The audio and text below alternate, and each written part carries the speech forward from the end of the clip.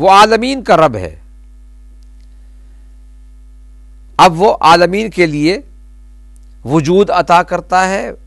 وجود عطا کرنے کے بعد اس کی ایک مدت معین کرتا ہے. اس مدت تک اس وجود نے کہاں رہنا ہے یہ اس کا فیصلہ ہے. ہم دنیا میں آئے ہیں، نہ آنا ہمارے اختیار میں نہ جانا ہمارے اختیار میں. اس دورانیہ میں خدا نے کچھ تھوڑا سا ہمیں اختیار دے دیا تو اس پر ہم کتنا تکبر کرتے ہیں. یہ ہمارا ہے، وہ ہمارا ہے، یہ ہم ہیں، وہ ہم ہیں. اللہ کہتا ہے دیکھو تم نہیں تھے. کنتم امواتا فاحیاکم ثم یمیتکم ثم یحییکم ثم الیہ ترجعون. تم نہ تھے، مردہ تھے، اس نے تمہیں زندگی عطا کی، پھر تمہیں موت دے گا، پھر زندہ کرے گا، پھر تم اس کی طرف پلٹائے جاؤ گے. پلٹو گے نہیں، پلٹائے جاؤ گے. تمہیں لے جایا جائے گا. وہاں تمہارا اختیار سلب ہو جائے گا، تمہارا کوئی اختیار باقی نہیں رہے گا. انسان تو یہ ہے. انسان کے لیے اس تھوڑے سے اس دورانیہ میں، مدت میں اللہ نے کتنی نعمتیں دی ہیں. سب سے بڑی نعمت وجود کے بعد، زندگی کے بعد سب سے بڑی نعمت اختیار ہے، جس کی وجہ سے انسان اشرف المخلوقات بھی ہے. وہ مختار ہے، جو چاہتا ہے کرتا ہے، جہاں چاہتا ہے بیٹھتا ہے، جہاں چاہتا ہے کھاتا ہے، جو چاہتا ہے پیتا ہے، جو چاہتا ہے پہنتا ہے. تو اللہ تعالیٰ نے یہ اختیار دیا کہ میری اس دنیا میں جو میں نے نعمتیں پیدا کی ہیں، تم ان نعمتوں سے استفادہ کرو اپنی زندگی کے لیے جیسا چاہتے ہو. لیکن یہ یاد رکھو، ذہن میں رہنا چاہیے کہ رب العالمین میں ہوں، مالک میں ہوں. میری مالکیت سے تم دور نہیں جا سکتے ہو. جو کچھ دنیا میں ہے تم استفادہ کرو، لیکن یہ یاد رکھو رب العالمین وہ میں ہی ہوں. الحمدللہ رب العالمین. اب یہاں پر اس آیت کے ساتھ ساتھ پھر خداوند عالم نے ارشاد فرما دیا الرحمن الرحیم. الحمدللہ رب العالمین الرحمن الرحیم ملا ہوا ہے اس کے ساتھ. الحمدللہ رب العالمین الرحمن الرحیم.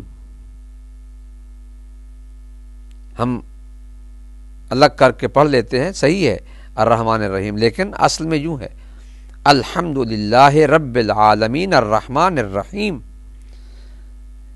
یہ چار صفتیں یہاں اللہ نے بیان کر دی ہیں.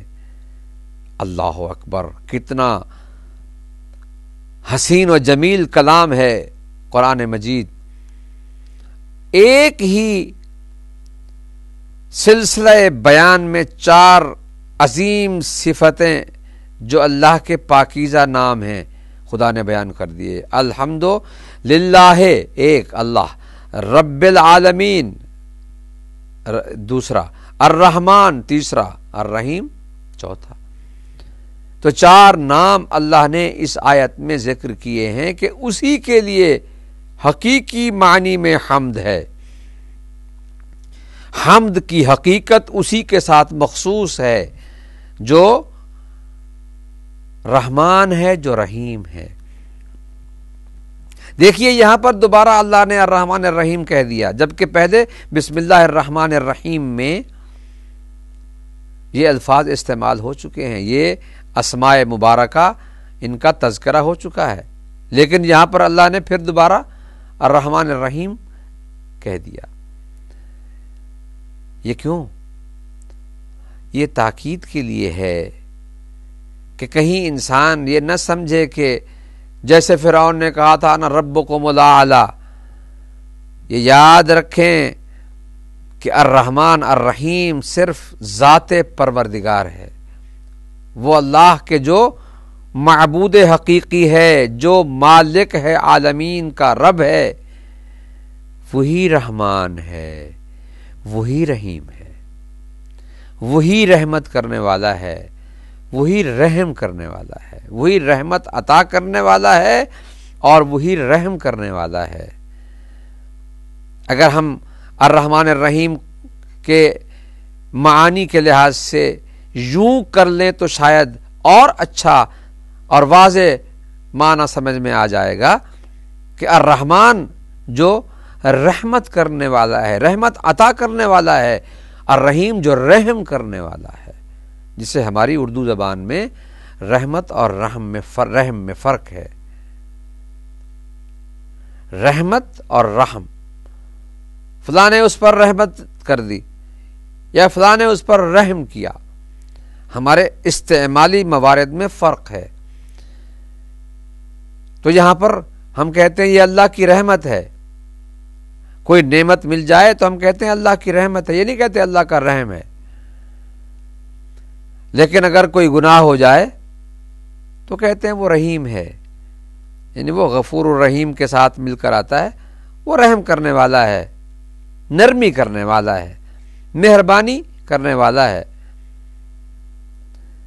تو اللہ نے یہاں پر الرحمن الرحیم کہہ کر ہمیں ایک مرتبہ پھر اپنی صفت رحمت کی طرف متوجہ کیا اور صفت رحم کی طرف متوجہ کیا کہ وہ کثرت کے ساتھ رحمت عطا کرنے والا ہے، وہ ہمیشہ رحمت عطا کرنے والا ہے، وہ رحیم ہے، وہ رحم کرنے والا ہے۔